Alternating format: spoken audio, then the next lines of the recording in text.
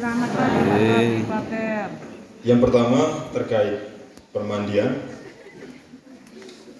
secara kesepakatan pleno bahwa kita akan menjalankan permandian pada bulan Januari ini.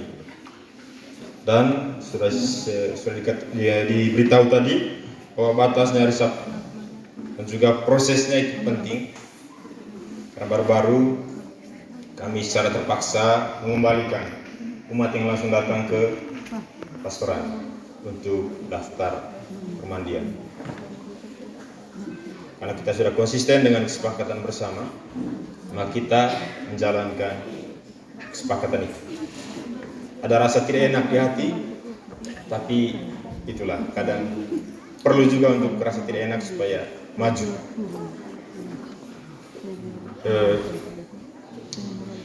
Yang berikut di tangan saya ada titipan dari Keuskupan, buklet terkait dengan Sinode Para Uskup yang akan dijalankan pada tahun 2023. Untuk kita yang belum tahu, Sinode Para Uskup adalah pertemuan para uskup sedunia untuk membahas tentang situasi gereja dewasa ini. Jadi kita di sini, walaupun di kampung, tapi akan dibicarakan di Roma sana. Jadi tema umumnya itu untuk gereja sinodal, persekutuan, partisipasi, dan misi. Itu tema umumnya, tapi persiapannya sudah dimulai dari tahun 2021 yang lalu sampai 2023 pada saat pelaksanaan. Jadi Keuskupan meminta kita untuk bukan hanya tahu tentang ini, tapi juga ambil bagian. Bagaimana kita ambil bagian? Kita ambil bagian dengan berdoa. Doa Sinode Para Uskup yang akan kita jalankan dari hari Minggu depan, kan akan dikopi, dibagikan setiap hari Minggu atau setiap hari. Kita doakan. Itu bagian kita untuk Sinode ini. Untuk kita ketahui juga, ada 10 tema yang dibahas dalam Sinode Para Uskup, dan Gereja Keuskupan Agung Ende dipercayakan untuk mendalami tema tentang dialog dalam gereja dan masyarakat. Dialog dalam gereja dan masyarakat. Jadi penting komunikasi dalam gereja dan dalam masyarakat. Jadi kita diminta untuk tidak terlibat tidak hanya dalam perayaan liturgis seperti yang hari ini kita berdoa di gereja, tapi juga kita terlibat dan melibatkan dalam seluruh perjuangan hidup dari persekutuan gereja. Ini semangat yang menjadi spirit bersama, arah dasar bersama untuk kita mempersiapkan sinode yang akan berlangsung tahun 2023 yang akan datang. Jadi itu dia punya sedikit informasi dari Keuskupan. Lalu yang berikut tentang pembangunan gereja, baru-baru stasiun Nida itu seperti mungkin Uma juga sudah tahu di sini mereka kerja dan dengan Sapoto banyak sekali. Jadi stasiun Nida memang bagian dari kuasi ini, tapi akan menggunakan gereja ini bukan mereka. Mereka hanya mungkin dalam stasiun khusus. Jadi kita yang di Batenggere, di lingkungan di kuasi ini yang akan menggunakan gereja. Jadi diharapkan kita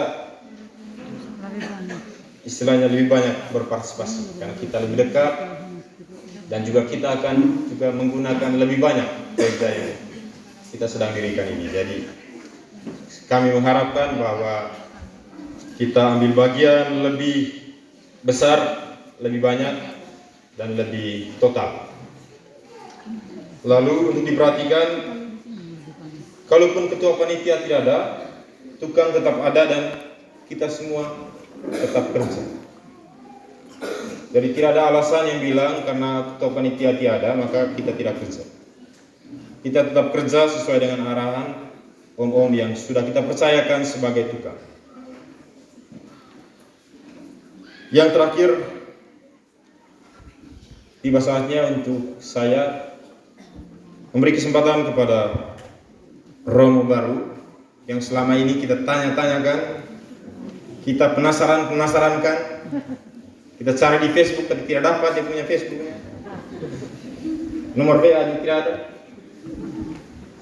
Saya beri kesempatan untuk Romo memperkenalkan diri.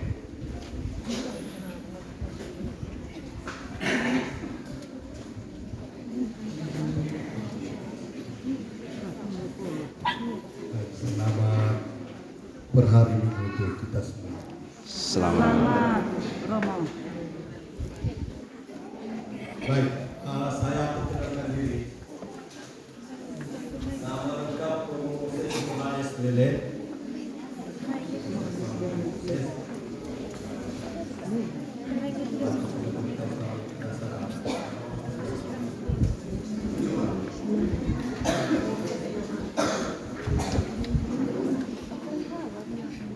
Asal dari Dona.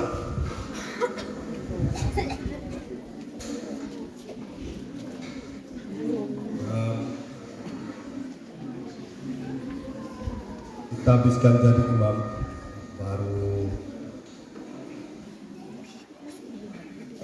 kurang lebih 4 tahun sejak 2017 tak bisa di Paroki Emmanuel Mautina di Lemosa.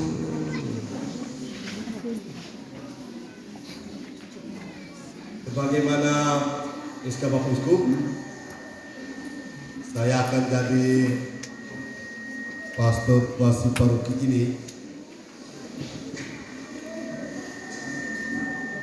karena itu sampai dengan hari pelantikan dan serah terima yang masih dalam tahap konsultasi dengan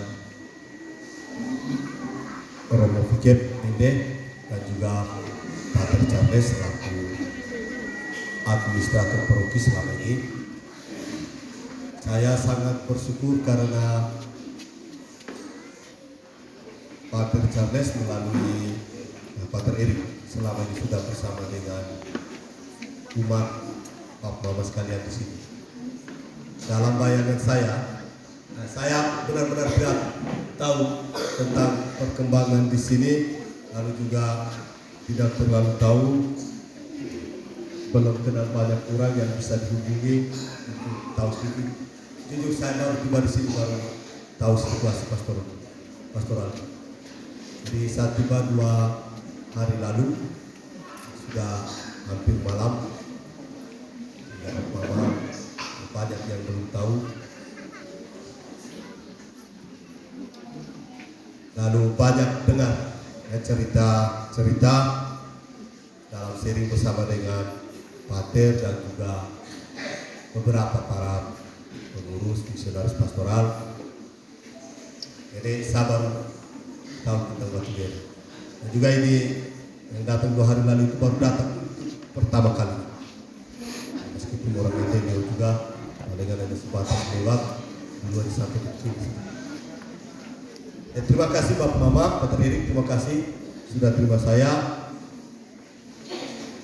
Dan sangat diharapkan dengan apapun kondisi situasi pastoral kita tetap hidupkan semangat persekutuan, partisipasi dan perputusan. Bantu saya masih muda ini supaya bisa kerja sama dengan Bapak. Saya pikir ini saja kata-kata awal yang bisa saya sampaikan. Terima kasih banyak untuk kita semua.